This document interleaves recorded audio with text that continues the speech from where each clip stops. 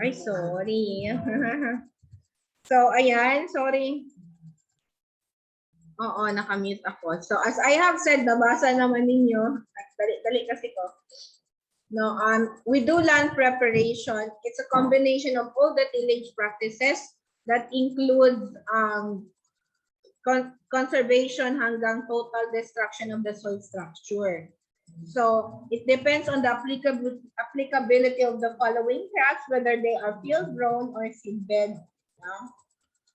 And we do land preparation para for its overall growth, no? Para mapaka-penetrate ang roots, mag-oxygenize, ma-moisten, ma-reduce ang evaporation, control weeds and pests, and ma-incorporate ang mga crop residues and manure into the soil. At saka, para ma-prepare totally for our seeds and seedlings. And also, sometimes to repair kung na-even or compaction or halimbawa, ano na kaya siya, no? Gahi na kaya ang soil. And para ma-decrease din yung kanang ped plant sizes kasi the best growth for plants is maging ano siya, kanang well, what we call that? Well plant sizes, no? And reduce wind and water erosion as well, and stimulate microbial activity. So that's the claim on land preparation, although partly it will even distract microbes in the soil, no, when we do the land preparation. So there are two types, dry level field and wet level field. Manual or using animals or mechanical in the wet tillage. And dry tillage can also be manual, animal, or mechanical as shown in the video. So ito kasi, when I went to Spain, they have this kind of bicycle wherein this is human driven, no? Ikaw magdaro using this one. O, diba? So the inland preparation, whether wetland or dry land, upland. So we do this plowing once or twice, harrowing twice or thrice, and rotation and leveling. So wet or lowland preparation, it involves soaking. Of course, kailangan basa muna ang soil bago natin basakan natin, no? Plow. And 1 to 2 times, then harrow or rotating 2 times. Now this is to initially break the soil or called primary tillage. And then secondary tillage, and then paddling na siya, rotation, para yung mga macro and micro pores will be destroyed and increase yung kanyang plow pan, no, ma-maintain. And lastly, leveling, final preparation na, synchronized with basal fertilization application. So if all steps done, then under submerged condition na siya lahat. Sa lowland rice naman preparation is involved direct wet seeded transplanted soil padded or direct seeded dry seeded soil not paddled. So depende yon sa kanyang land preparation in the transplanting.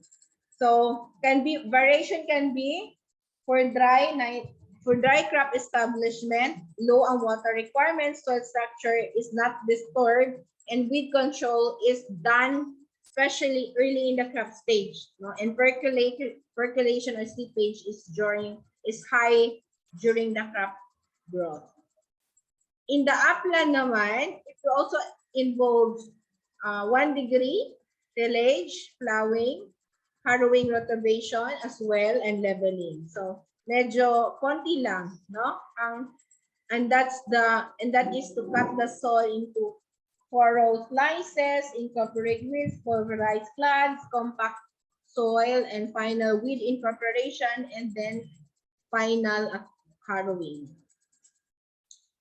The plowing and harrowing will depend actually on the soil type or texture, and the weed density and water availability as well.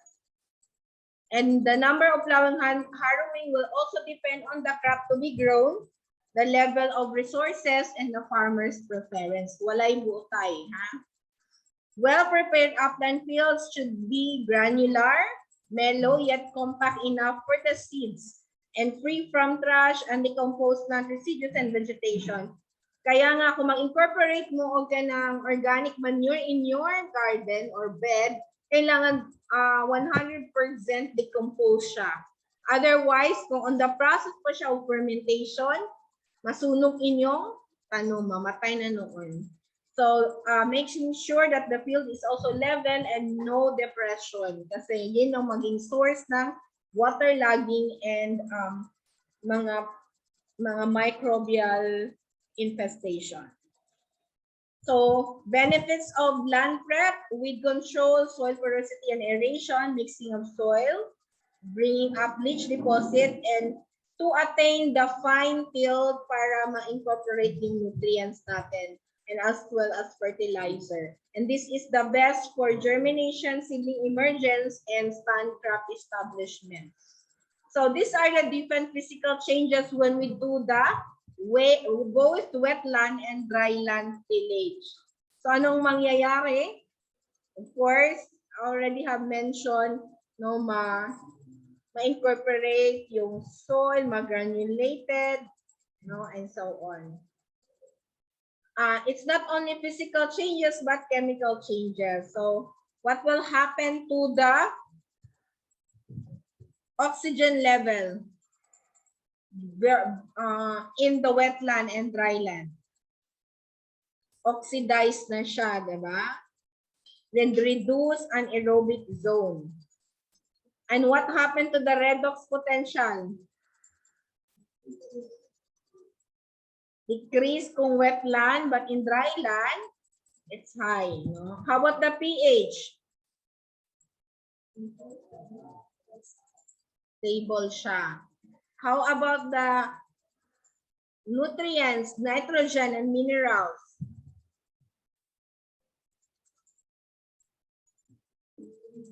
Mas available na ang nitrogen, phosphorus, potassium, and so on, minerals. And however, sa dry, lesser available lang ang potassium, phosphorus, and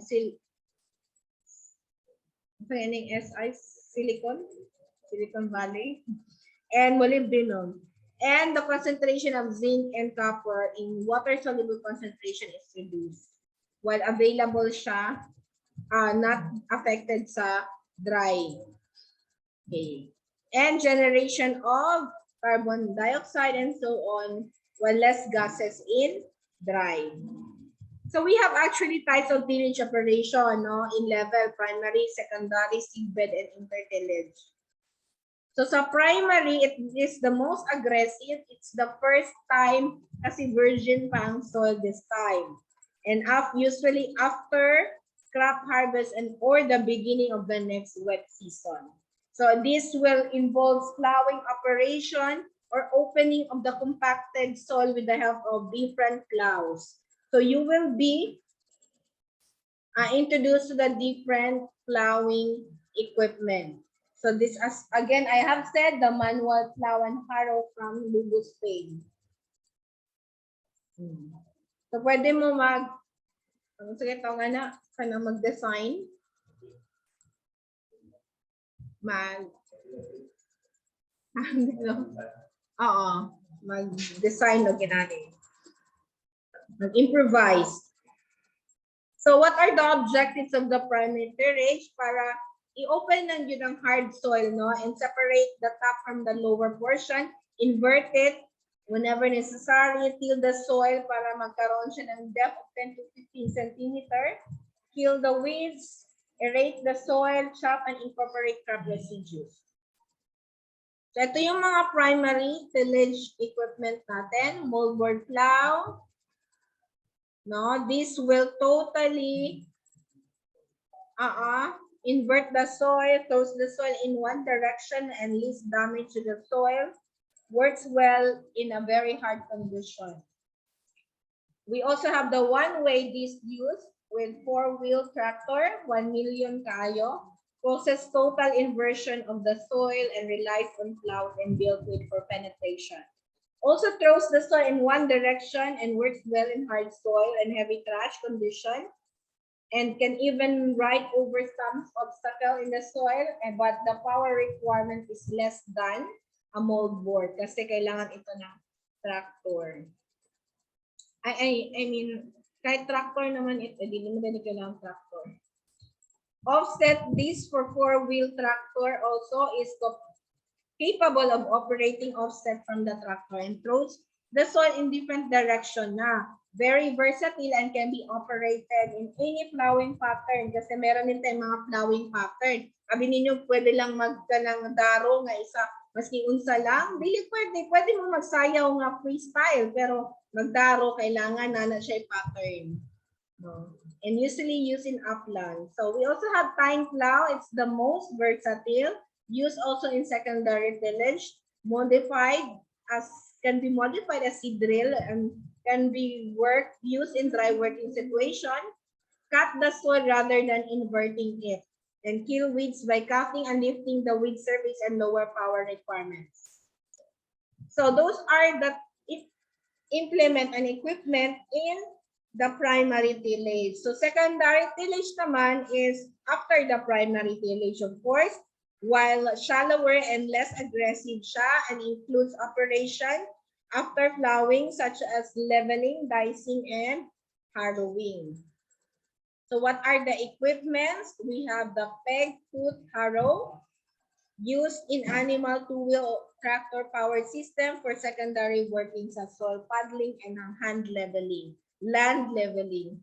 Sa disc cultivator naman, it's used in dry, upland, very aggressive action. Kita nyo naman ang pinaka-disc, no? It's a good weed control and cut and burn crop residues. Yung time cultivator naman is used for secondary as well as seed driller and dry working situation will cut the soil rather than invert it and kill weeds by cutting and lifting. And lastly, we have rotavator for secondary working and seedbed preparation. And usually in the upland and flooded fields, very aggressive, pulverized soil, and various weeds and crop residues. So the third type is the upland tillage. It's in aerobic soil condition and non-paddle soil. So walang freestanding water in the field. Too dry soils will not be easily. In clay naman, masyadong malaki yung floods and may be formed. So very wet near or saturation smearing and soil sealing can be problems. Water erosion can also be problem, and plowing on contour is recommended. So in the seedbed preparation, this is done only for germination of seeds and growth of crops, so called as seedbed. So this will include harrowing, leveling, compacting, irrigation, basin, border rise, and furrows. And carry out using pwedeng hand tools, implement, and so on. The example is intertillage using when the crop is already standing, then after sowing, planting, and harvesting. This will include gap filling, thinning, weeding, and so on. So, tillage pattern. Why do we have to follow the pattern? Mag-boot dahil mo sa kabaw. Pero you can train the Carabao to do the pattern, reduce the time spent in non-productive work, and minimize number of turns and maximize the length of the tillage run. So, pwedeng circuit tools, up and back, headland, and working. So, this is the circuit tools pattern with mold boards, this and off this, and most animals are already trained for this, accustomed, and this however, ang advantage na end niya is large cutout furrow in the center. So difficult to drain siya. The up and back head pattern naman runs parallel to each other and used for time implements, rotavator harrows, and reversible plow. And this is the most efficient in the field if correctly set up and operated and doesn't leave furrows in the field. No? Kasi dili ka sugod, no? Back and forth. And the land system naman, plowing begin in the center instead of at the outside, no? Unlike the circuit tools, and requires measurement of the field to establish the center point. Otherwise, Dili ka ma-center, palpakins kaayo imuha pagdaro. And you can be used with all types of flour. So using animals in our land preparation is cheap to maintain, multi-purpose also for meat and milk, self-replacement, and also be used for farm manure production. However, you can only have limited daily working hours. Ikaw daw magdaro, lalim, no? Need feeding and need protection against pests and diseases, very slow, and high person to power ratio, limited also working condition and requires training. Pwede rin ikaw na lang, no? Kung ikaw po na imong kalabaw. Land preparation including plowing, soil leveling, and construction of leaves and drains. Land establishment, pest control, crop harvesting, and transporting, and grain processing. So I know you are familiar already of the different equipment, no? Rakes, asa ang hoe, asa ang spade, asa ang shovel fork, shovel, hand fork, wheelbarrow, sprinkler, and watering lawnmower. So with the human power, we can do all of this, no? For good exercise then. So ang advantages lang ng machine is versus disadvantages is the cost, no? And operator fatigue kasi kapuyon kag drive. But the advantages are a lot, no? Simple mechanical design, both wet and dry, and harsh condition. And multi-purpose siya. Pwede po siya pang shopping sa... Pwede dai. So the use of machines can be done on the following activities, no? Mas mabilis siya. So these are just comparison of the different conditions. Submerged ba siya or dry? And the implement and power source can be used, and the other information. So very ano na siya summary. So partly of land preparation is the conservation tillage, and the using mechanized and traditional tillage are called conventional tillage. So ano itong conservation tillage? No tillage, dili ka magbungkal og yuta. So you are just going to make a hole for the plant, for the seeds. Or mulch tillage, strip or zonal, and so on. Ridge till and reduce or minimum tillage. So what are those? So sa conventional tillage naman versus mechanized and traditional system. So hopefully maging mechanized din ang agriculture industry natin in the Philippines. Kaso mahal jud ang mga machines, no? And traditional tillage, manual labor pa din tayo hanggang ngayon. And that, anyway, Filipino minimum wage is still cheap. So sa no tillage, one pass planting and fertilizer operation lang ka. Pag humagka no, fertilize, balik na lang inig, harvest. So you are just gonna open 2 to 3 centimeter wide. And this is published by FAR et al. 1990 para minimal disturbance to the soil. And sa no tillage with control is herbicide lang. No? And this has been done in wheat, coffee, and others. However, slow ang adoption, siyempre, you cannot guarantee the maximum yield. And this is best in humid tropics and loamy soils.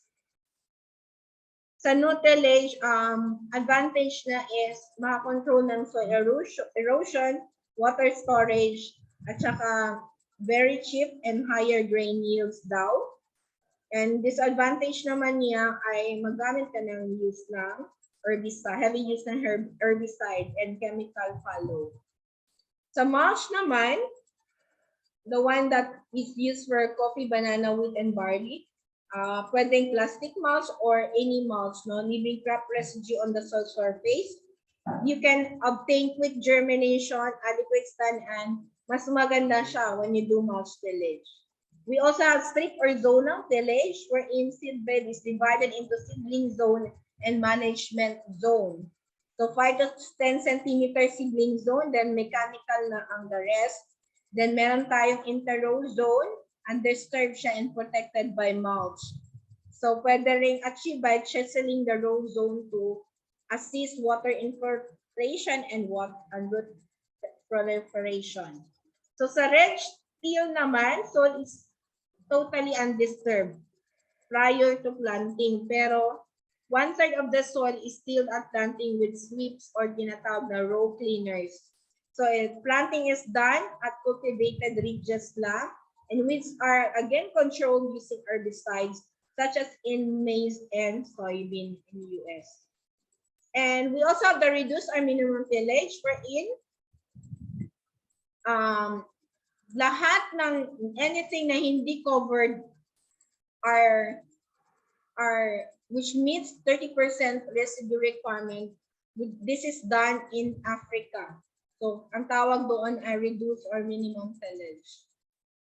So like for example, in annuals and perennials, the use of herbicide, mulch, burning to reduce weed growth prior to seeding or planting. In the rice upland crop naman, these are sown before harvest of the main rice crop without land preparation done. And then before and during harvest, allowed not to germinate without land preparation. And some compaction is done, soil solids rearranged. Yan.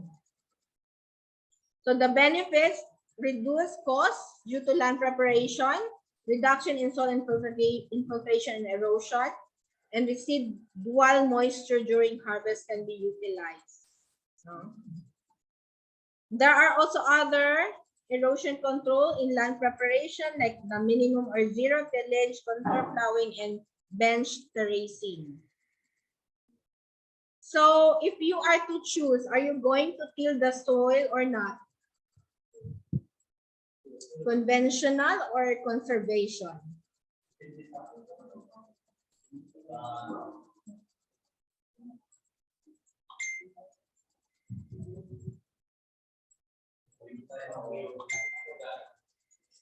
Kung organic di ay.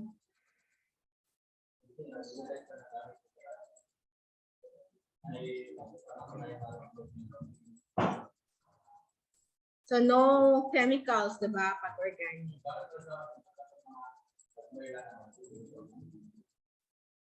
Sana. So there are certain advantages, no, between tillage and zero tillage. So they both have benefits like for tillage improves aeration, incorporation of crop residues, root penetration, and suppression of weeds. So zero tillage naman, it will also improve the soil structure and maintain soil organic matter, soil organism, and soil erosion prevention.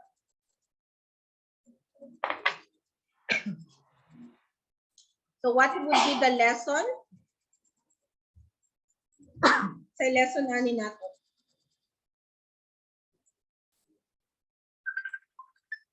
Kadali lang ha. Hello.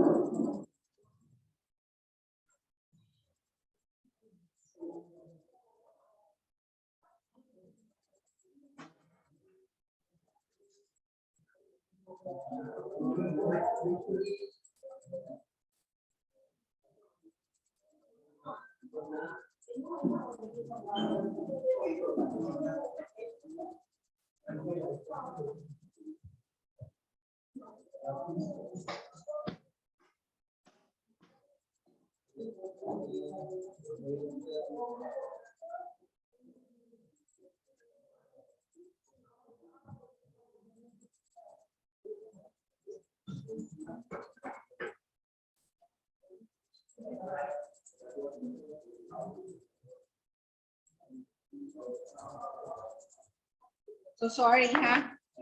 And hapit na ta.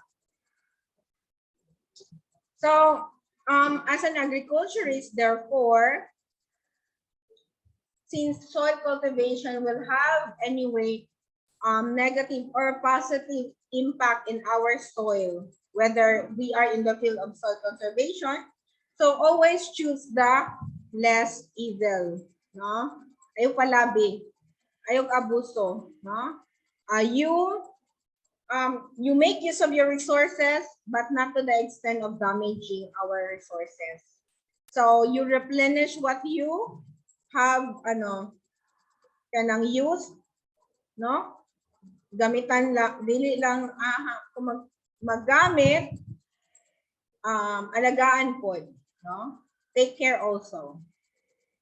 And soil cultivation should aim on a minimum disturbance on soil life. Dili pwede abuso. Kasi kung mag-landslide na, purot tanan, di ba? Mabalik ra po sa imo. So, ingon pa gani sila mga vermi, no? Wala, di siya katubag, okay? Nawala yung mga ears. So how to control soil erosion? There are various ways, no? Cover methods, mulching, green manure, mixed cropping, intercropping, early planting, crop residues, agroforestry, and minimum cultivation. Much of this will also be discussed in the farming system, which will be our next topic this afternoon.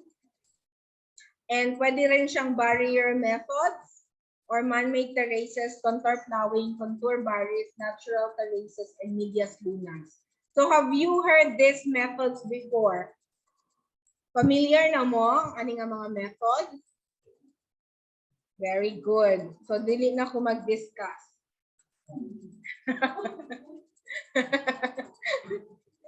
So medias lunas. Crescent lang. Crescent lang siya, no? This was actually developed. Asan ano? Hindi mo nakabutan rin. In Bolivia. No, wherein kung sloping imong land, ipa-form lang nimo og crescent, no, imong soil. The crescent shaped depression in the sloping land. And these are built at every end ng rainy season, so the ridges may be compacted well. So pwedeng magtanom ka ng trees, legumes, and after 3 to 4 years, mag-cover ng media luna nimo with vegetation. And later, pwede na ka mag-grow sa media lunas ng crops. So this is a typical sloping agricultural land technology or SALT farm. So have you seen one in reality doon sa Bansalan? Isay na wala pa kita. Kaya ubanan na ako. Tamo, magkitan tulo ha. Gilag ano. Ha, unya na lang pagkahuman og kuan review. So this is the typical, as you can see, kaning mga line that is called contour. No, dili ka magpa sloping vertical slope na magdaro or mag-cultivate sa soil, but pina landscape or pina-contour ang tawag. And to measure the contour na apoy steps ana. Now, this is the actual sa MBRLC Bansalan. Okay. So, there is the steps in here. So, ipakita na ko ang step before ta mag-finally end. Guys, natin na.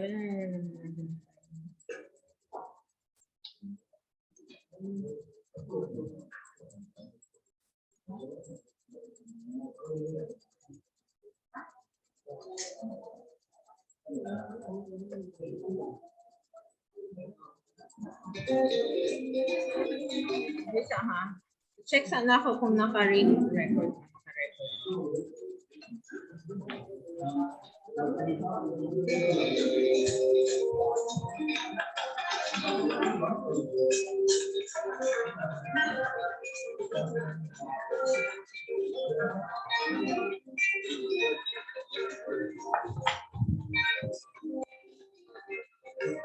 Ito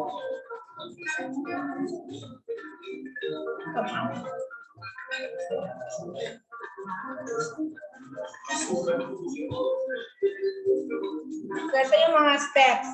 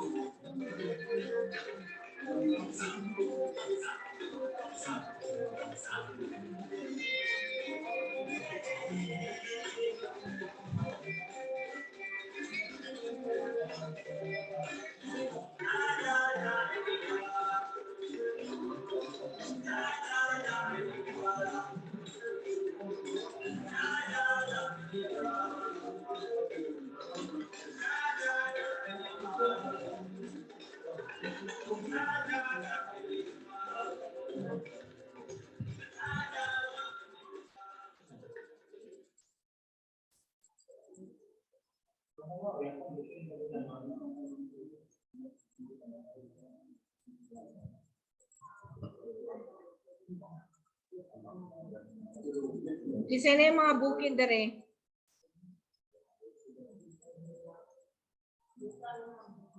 Agroforestry. So there are 10 steps, no?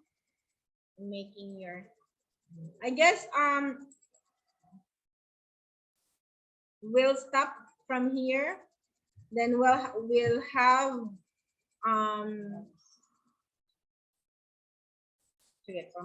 farming system and post-harvest.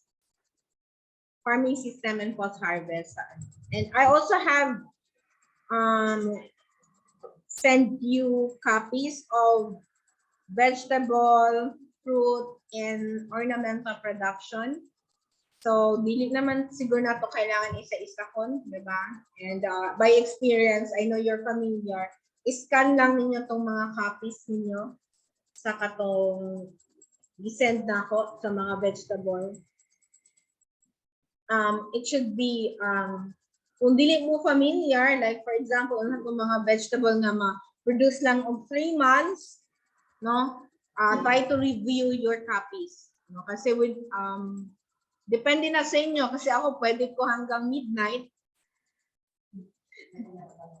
No, mamaya so kanang the topics are too much not to bear, I know.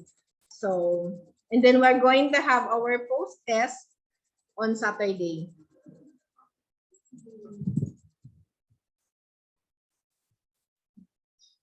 So, hinahinag study. Hopefully, makadungog ni ato ang mga Gab. Hello, Gab. Mahuman man ninyo ang mga ano no handouts o hatag karon sa ilaha. Yes, ma'am. Mahuman naman ni ma'am. Nag-print naman ni. So unya na mo maniud to ha, inig mahuman. Yes, ma'am. Happy, ma'am.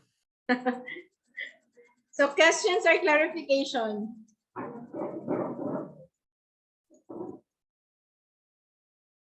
Lunch break sa ka or shall we proceed with the next topic?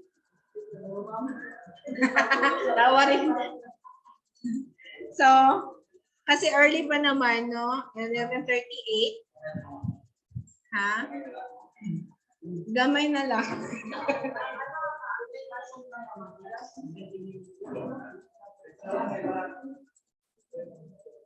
Ha? Ay, dagan pa actually, no? Include, ay, 4 topics pa actually. Kasi vegetable, ano na lang, 1, 2, 3, 4, 5. 5. Yes, pero kung ano, review na lang kasi siya. Like katong mga, iiwit na gaya na ako itong mga vegetable production and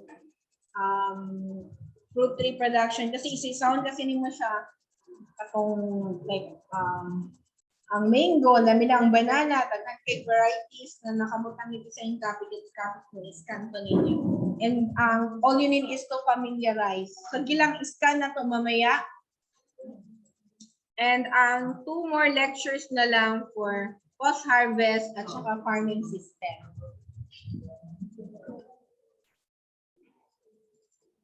So, lunch break na lang sa ta, but we will be back early at 1. Okay lang? Okay. So, thank you very much sa mga naka-online din. And I hope to see you this afternoon.